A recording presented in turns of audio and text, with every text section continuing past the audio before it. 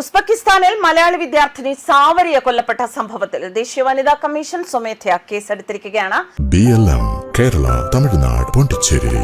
പെൺകുട്ടിയെ നിർബന്ധിച്ച് മതം മാറ്റാൻ ശ്രമിച്ചതടക്കമുള്ള ഗുരുതര ആരോപണങ്ങളെ ഗൗരവമായി കണക്കിലെടുത്താണ് കമ്മീഷന്റെ അടിയന്തര ഇടപെടൽ. സംഭവത്തിൽ ഇതുവരെ സ്വീകരിച്ച നടപടികളുടെ വിശദാംശങ്ങളും അന്വേഷണ പുരോഗതിയും വ്യക്തമാക്കുന്ന റിപ്പോർട്ട് ഒരാഴ്ചയ്ക്കകം സമർപ്പിക്കാൻ സംസ്ഥാന പോലീസ് മേധാവിക്ക് കമ്മീഷൻ നിർദ്ദേശം നൽകിയിട്ടുണ്ട്. വിദേശകാര്യ മന്ത്രാലയവുമായി ഏകോപിപ്പിച്ച അന്വേഷണ നടപടികൾ വേഗത്തിലാക്കാനും കേസിന്റെ സുഗമമായ നടത്തിപ്പും നീതിയും ഉറപ്പാക്കാൻ ആവശ്യമായ ഇടപെടലുകൾ നടത്താൻ ഉസ്ബെക്കിസ്ഥാനിലെ ഇന്ത്യൻ എംബസിക്കും വനിതാ കമ്മീഷൻ നിർദ്ദേശം നൽകിയിട്ടുണ്ട്. അതേസമയം സാവരിയ കൊലപാതകത്തിന് പിന്നിൽ ലവ് ജിഹാദാണ് എന്ന ആരോപണവുമായി വിശ്വ ഹിന്ദു പരിഷത്ത് രംഗത്തെത്തിയിരുന്നു. വിദ്യാർത്ഥിനിയായ സാവരിയെ പ്രതിയായ സദറുൽ അനം മതം മാറാൻ നിർബന്ധിച്ചതായി വ്യക്തമായിട്ടുണ്ട് എന്നും ഇതിന് വഴങ്ങാത്തതുകൊണ്ടാണ് കൊലപാതകം നടത്തിയത് എന്നും VHP വക്താവ് വിനോദ് ബൻസാൽ ആരോപിച്ചു. സംഭവത്തിൽ അടിയന്തരമായി ഇടപെടണമെന്നാവശ്യപ്പെട്ട് കേരള പോലീസ്, വിദേശകാര്യ മന്ത്രാലയം, Uzbekistan president, Indian embassy, governor എന്നിവർക്ക് മുന്നിൽ ആവശ്യം അറിയിച്ചുവെന്നും VHP വ്യക്തമാക്കിയിട്ടുണ്ട്. നേരത്തെ സാവരിയുടെ പോസ്റ്റ്മോർട്ടം റിപ്പോർട്ട് പുറത്തുവന്നിരുന്നു. തലക്കേറ്റ ക്ഷതം തന്നെയാണ് മരണകാരണം എന്നാണ് പോസ്റ്റ്മോർട്ടം റിപ്പോർട്ടിലുള്ളത്. കുട്ടിയുടെ ശരീരം ആസകലം മർദ്ദനമേറ്റിരുന്നു എന്ന ബന്ധുക്കളുടെ ആരോപണവും പോസ്റ്റ്മോർട്ടം റിപ്പോർട്ടിൽ സ്ഥിരീകരിച്ചിട്ടുണ്ട്.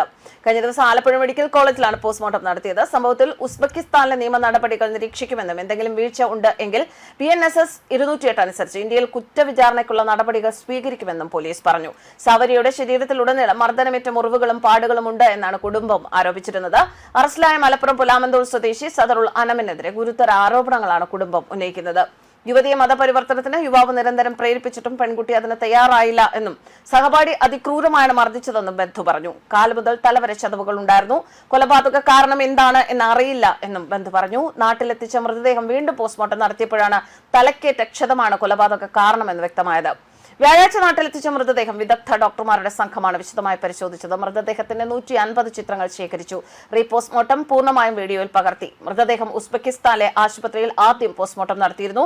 അതും തലയിൽ ശസ്ത്രക്രിയ നടത്തിയതും നാട്ടിലെത്തിക്കാൻ ആന്തരികാവയവങ്ങൾ നീക്കി എംബാം ചെയ്തതും റീപോസ്റ്റ്മോർട്ടത്തിലൂടെ വിശദമായ മരണവിവരം കണ്ടെത്താനുള്ള ദൌത്യം സങ്കീർണമാക്കുമെന്നാണ് വിവരം. തലയിൽ പൊട്ടലേറ്റ ഭാഗവും തലച്ചോറിന്റെ ഒരു ഭാഗവും ഉസ്ബെക്കിസ്ഥാനിൽ പോസ്റ്റ്മോർട്ടം നടത്തിയപ്പോൾ ശാസ്ത്രീയ പരിശോധനയ്ക്കായി മാറ്റിയിരുന്നു. ശരീരത്തിൽ നിരവധി മുറിവുകൾ ഉണ്ടായിരുന്നു. കടിയേറ്റ പാട് വ്യക്തമായി കാണാമായിരുന്നു എന്നാണ് ആലപ്പുഴ മെഡിക്കൽ കോളേജിലെ ഡോക്ടർമാർ നൽകുന്ന വിവരം. News desk കർമ്മസ്.